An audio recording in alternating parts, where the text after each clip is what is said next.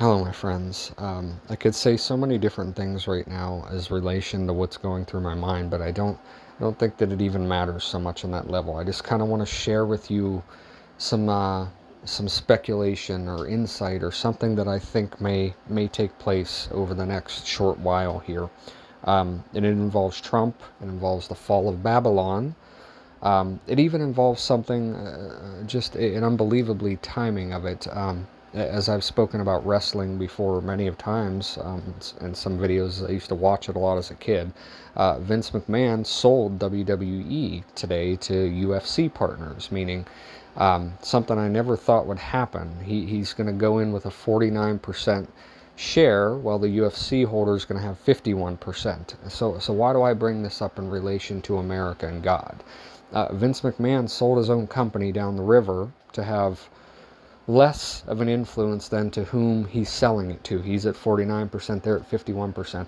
That's just what all the politicians and the leaders have done to America also over the last 70 years or so. We've sold it down the river. We've sold our children's futures down the river for the profit right now. The same as what just happened in WWE. And you know how they got big? Remember the real American hero, Hulk Hogan, the all-American man? Same kind of concept, same parallel that you've seen happen in America in general. It sold its future down the river for a profit rather than continue on what it was supposed to be, the salt of the earth, the place where God's people could continue to be that salt and provide that stability and peace that the world needs in order to survive and thrive to the point that we've seen it all come to today. Look at all these comforts and technology and all these things that we have. You can't do that in times of great war. It has to be times of peace, and America was to bring that peace to the world through the gospel, through Christianity, through Christ, and it sold that all down the river. So this prophecy that I had received back in 2017, I'm going to show you some other parallels that I see right now that we could potentially see happen with this. I see being divided, we're already there, 50 here, 50 there, and suddenly a wound is open, and through death and resurrection, I look at Revelation 18 and I say, fallen, fallen, Babylon has fallen. Meaning that period of time that this 50-50 prophecy is, where it's divided like that, is the period where the country falls itself. And Babylon has to fall in order for the one world government to be set up.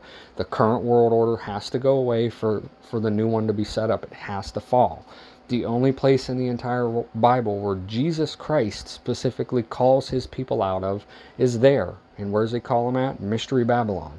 Mystery Babylon is where the whole world is fixated on. I know the church would love to tell you something else, that the whole world's focused on Israel, but it's not. They're lying to you because they can't see just how much that God has given them in the world. They're looking to fulfill it in somebody else when God's doing it for them. It's just like Esau and the birthright. They sell it away. So that's all happening right now. And then what I see here is, look, all the people gather and point fingers at each other. What are they pointing for? As the rifle is loaded in the streets, they have taken up arms against brothers, children, women, and men, all wounded by the sword. So this is showing me that there's going to be some kind of event of great violence, something like a civil war that's going to break out. It's going to be possibly set up to happen, because I don't know that there's really even that much of an appetite on the right side of things to actually stand up for what's going on in their country and to them. I don't think that there's really much appetite to do that. But I think that they may find some way to make it set up, either by some kind of a false flag or something, where some kind of event somewhere breaks out and it appears like all is breaking out. Total chaos is going to be breaking out. But then there's going to be a stop to that. As quickly as it starts, it's going to be stopped. People are going to see what's happening, and they're going to stop doing it, and they're going to come back to their senses for just a moment. That's what I see of this civil war. It's going to be a very brief civil war, and I believe it's surrounding everything that you're going to see happen with Trump right now, because Trump is the one who is bringing the parallel events of the gospel to our current time. The parallels between what he did and what John the Baptist did, the parallels to what's happening to him and what happened to Jesus, they're unmistakable if you have the eyes to see it. And there's so much animosity amongst Christians and people who I know are of God. They're not against the gospel, but they don't know the Lord, against him. because they keep everybody at arm's length. This is how the Jews treated the prophets also. And I'm not even saying Trump's a prophet. I'm not saying anything like that. I'm saying look at what's happening. Look at how they treat him. And what did he do to them? He did nothing to them but defend them. That's how Israel has always treated those who God sends to them. And that's what I've said of Trump. God has sent him for a purpose. And look at how they treat him. They treat him as though somehow he's of Satan's kingdom, even though Satan's kingdom, which is the world, absolutely hates him to the point that they're going to kill him.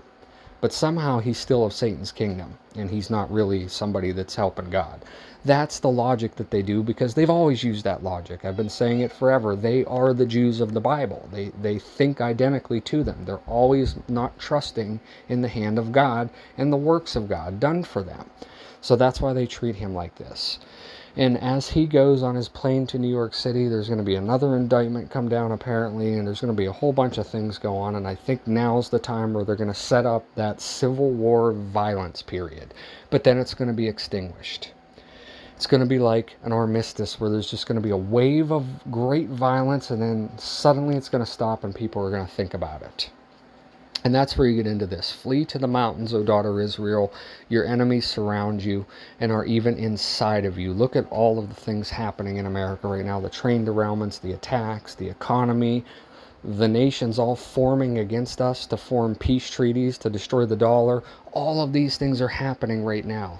That means that all eyes are on America, and they are set to destroy her and devour her flesh, as it says in Revelation 17. That's what's happening right now.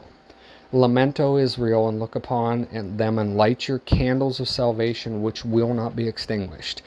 You, house of David, though your residence has fallen, not a hair from your head will be removed. Meaning this is going to be a time where those of God living in this country are really going to question what's going to come next.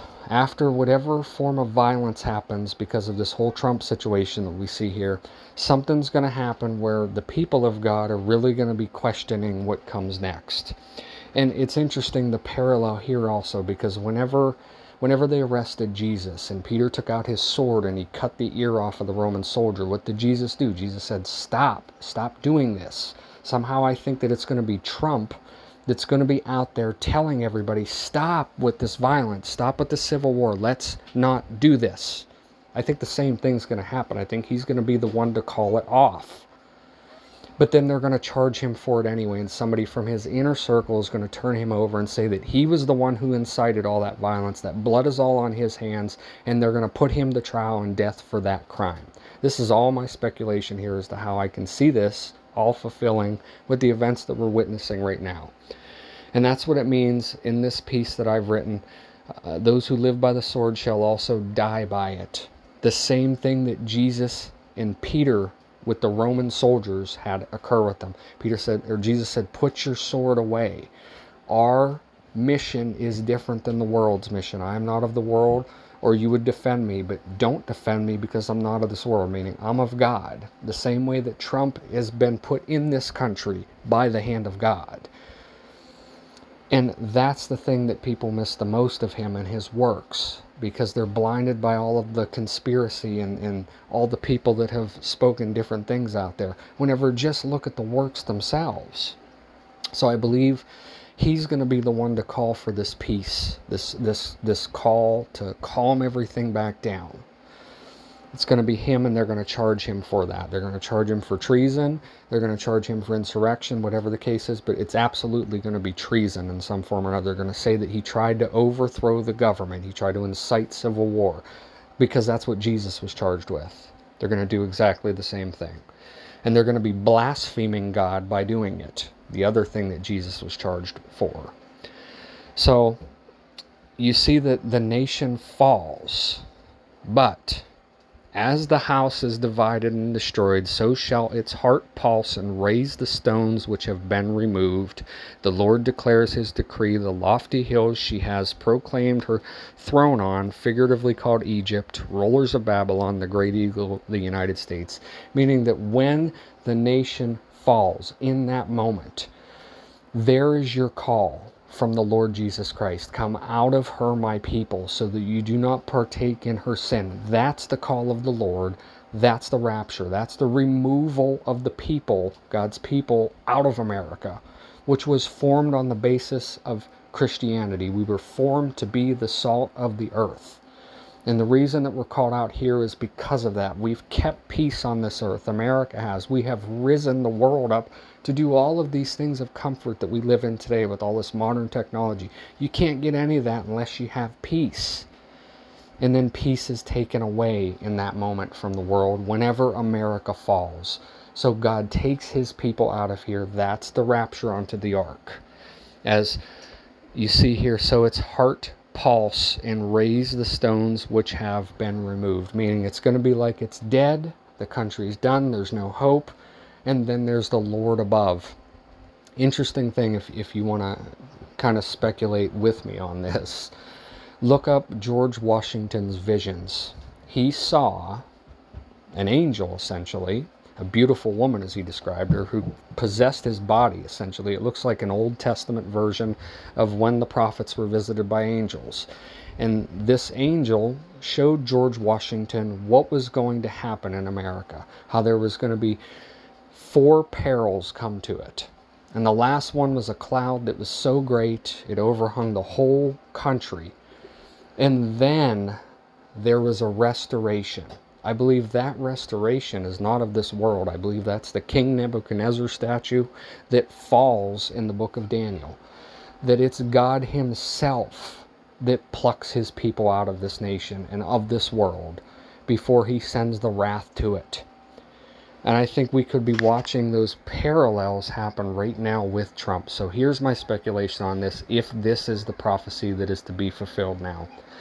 As Trump goes to New York, they're going to drum up different charges. Something's going to go awry here where there's going to be a bunch of things added on. I like the people that, you know, just speaking like the world. They're saying, well, we just need to get to the election in 2024 and we'll win it again. Do you not understand what totalitarian governments do with elections after they get power? You don't ever have a chance to get back at them. They continue to set it forth themselves after that. 2020 was the time to stand. That's done and gone. There is not going to be any 2024. They will not let it happen, which is why they have to take Trump out of the way. They have to drum up charges against him that he didn't do. And the people have to stand down whenever these charges are drudged up against him. And what do you think is going to happen if there's a civil war burst out in the cities? We'll just flee from the cities, flee from the cities. Get out of the cities, flee to the mountains, as Jesus said in Matthew 24. If there is that event that happens where violence breaks out, that Trump has nothing to do with, that they probably set up themselves, there's this call to violence, everything breaks out, and somebody turns Trump over for inciting it. Then the media is going to say a whole bunch of things, and the right-wing commentators are going to say, well, this is terrible, blah, blah, blah. They're going to believe everything they say. And then all of a sudden, everybody's going to point the blame at Trump. He's going to be the man of peace that tries to say, hey, calm down. Let's stop. Let's think about this. Let's talk about it. Let's not go in this direction. But they're not going to listen to him. They're going to fade away.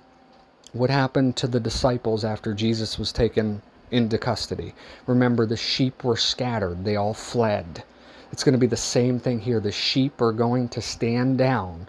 Whenever Trump is tried in front of the world for treason and executed, the sheep are going to stand down. And that's whenever the whole world is looking at us with envious eyes to burn and eat our flesh. We're going to be putting innocent men who wanted to do what was right for the country and right for God, but we didn't want any part of it. We won't stand for it. And that's whenever God ultimately is able to do that. So kind of the series of events that I speculate could happen right now. Something happens when Trump gets to New York. Within a short amount of time, something happens where they drill up more charges with them. There's a call and incite to violence. Somewhere violence breaks out in the city. There's a bloodbath. And then Trump calls to calm it down, just as Christ said, do not stand for me, and the sheep scatter. The sheep, those of God in the world, will not stand for Trump. They will stand back down and let the authoritarians take back over control. And then they will have their way with him. And he will be executed. And the entire time that this is all happening, you're going to have a majority of the Christians in the world saying, yeah, I mean, I don't know what to tell you here. He's definitely a man of Satan, despite he was the only one who stood up for anything that they had done for their entire lives whenever you're talking about the government. They're going to charge him unreasonably. They're going to incite violence somewhere. Nobody's going to stand for him. And all of the events will play out right up until the point that Jesus calls his people up out of here in rapture. And that's the heart pulsing again, raising the stones, removing the stones, before he sends that millstone down over Babylon and destroys it. We could be living in those times right now, and I know a lot of this is speculative, and I have a good time with speculative things because I don't know. But what I do know is what the Lord has taught me, and how to rightly judge things, and how to rightly see things, and how to recognize the mistakes people make because they're influenced by the world. I don't have any of those influences of the world. I walk with God, and I could care less what the world thinks of me. It already hates me. I have no reason to please it or try to. If you just take out all the influences of all these people who are actually scared of the world rather than scared of God, you can see these parallels happening right now in the world, through that man, through this nation, the same way that it happened 2,000 years ago, just in completely different form. This one's all about the rulers and the kings, as then it was about the religions. But it's all playing out in parallel. So I believe this prophecy could come to pass here. And I know I've believed it could come to pass before, but as I said, whenever I received it, it was like a vision in my mind of the words, and I wrote them down. I literally had no idea what they even meant. I just saw the words and wrote them. And as I sit here and look at this, that's why I speculate. I still don't know if that's what it means, but looking at all the parallel events that are happening, I believe that could be what it means. So I just kind of wanted to share this before anything happens, so that if it does happen that way, if I have understood this correctly, then you would also have to know that everything else that I was saying, there has to be some form of correctness of it too, even though I don't know if everything I say is correct. I'm not perfect, but I walk with the Lord, and I do the best I can as a child. It's terrible to be put in a situation, to be children teaching children, but that's what we have right now in the world. That's how far it's fallen. But thank God that he's given us a chance in these last days to come back to him, to turn to him, and to know him. Because he had all right to do just like he did during the days of Noah and save only 7 people. He had every right to do that, but he didn't. Because he bore that punishment on himself in Jesus Christ 2,000 years ago. And right now is a man in flight that's going also to receive punishment that is unjust. And we look at him and we say, well, he's of Satan. He's doing the works of Satan. He's part of it. He's the one world order. He's the one that they brought in to do all these things. And I tell you, apply the scriptures. That man was put into power by God to do something. The whole MAGA movement in 2016, what does MAGA mean? To make America great again. What does that mean? That means that we were a blessed nation, and we're heading toward wrath because we've rejected that blessing. Turn back away from where you're going. Make America back what it was again, and God will bless you as he did for all of those other years. But you're walking away from that into wrath. What did John the Baptist do? A call to repentance. Turn back to God. You're walking and heading into wrath. Turn away from it. It's the same parallel movement. Jesus and what happened to him, how they unjustly crucified him. They let Barabbas go, but they crucified him. Look what's happening between Trump and Biden. You got Barabbas leading the White House right now.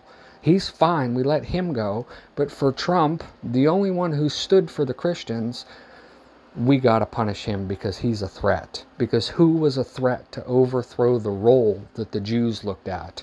Christ. The parallels are unbelievable if only you have the eyes to see them. And I don't know how all this ends up, but I figure it's best to talk about it because it's on my mind. It's in my spirit to say these things. Trump, something happens whenever they take him in. Something of great violence in city breaks out, likened to a civil war. Trump tells them to stand down. Everybody stands down, but they still drum up charges of insurrection, like he's going to overthrow the government. He led this civil war. So then they can bring greater charges of treason against him, and then they can have their way with him and call for death. We could be very well watching these things happen. But when he takes that walk, that's whenever the call to come out of her, my people, comes. Because we will not partake in shedding innocent blood on the land of our fathers gave us. We won't take part in that. And for the whole world, from the four corners of it, you hear the trumpet sound, and we all go up to meet the Lord in the air, as they all have their way and head right into the wrath that they never knew to turn away from, because they hated somebody without reason, without cause.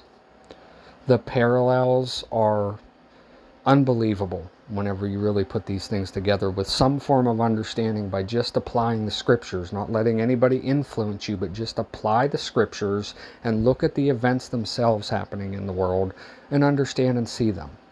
Some kind of civil war, Trump says to stand down, they still charge him anyway, somebody turns him over, that's what Judas did.